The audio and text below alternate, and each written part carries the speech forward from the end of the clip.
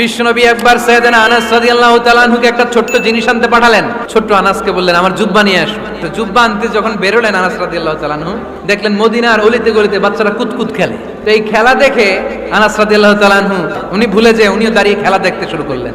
এখন ঘন্টার পর ঘন্টা যায়, আনাসও আসে না, জামাও আসে না। বিশ্বনবী ভাবলেন হায় রে, আনাস মনে হয় ভুলে গিয়েছে, কি আর করা, যাই নিজের জামা নিজেই নিয়ে আসি। বিশ্বনবী বের হলেন জামা আনতে, বের হয়েই দেখে মদিনার গলিতে বাচ্চারা খেলতেছে, ওইদিকে আনাস রাদিয়াল্লাহু আনহু দাঁড়ানো।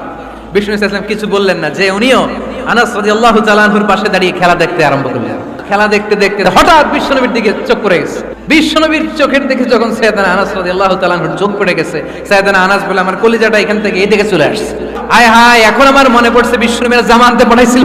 উনি বললেন বিশ্বনবী আমারে ধমক দেন নাই, বিশ্বনবী শুধু একটা হাসি দিয়েছেন। সাইয়েদনা আনাস বলে বিশ্বনবীর মুচকি হাসির শাসন মরার আগের দিন পর্যন্ত আমি আনাসকে সোজা রাস্তায় রেখেছি।